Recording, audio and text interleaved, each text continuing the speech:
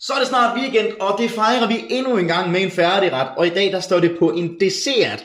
En thailandsk dessert. Simpelthen mango sticky rice. Mango sticky rice tilberedes i en forvarmet varmeluftsovn ved 180-200 grader i 10-12 minutter. Og det er altså spændende at prøve den her nyhed her. Ja, det kan blive vores nye favorit, det håber jeg på.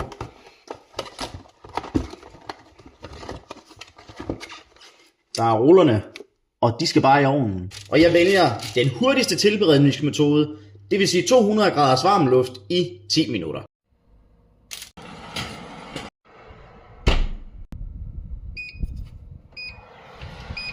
Er du færdig, Rat? Og så er der dessert. Og så er det jo bare at gå i krig, ligesom man skal på thai.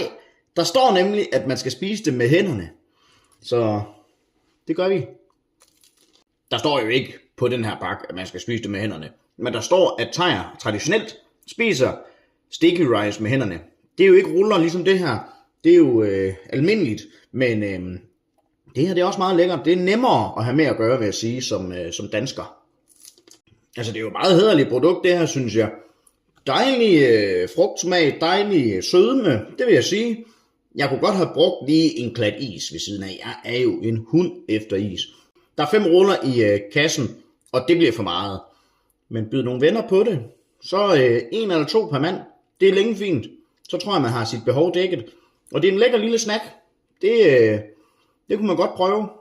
Men husk nu isen. Det er altså win-win situation, tror jeg.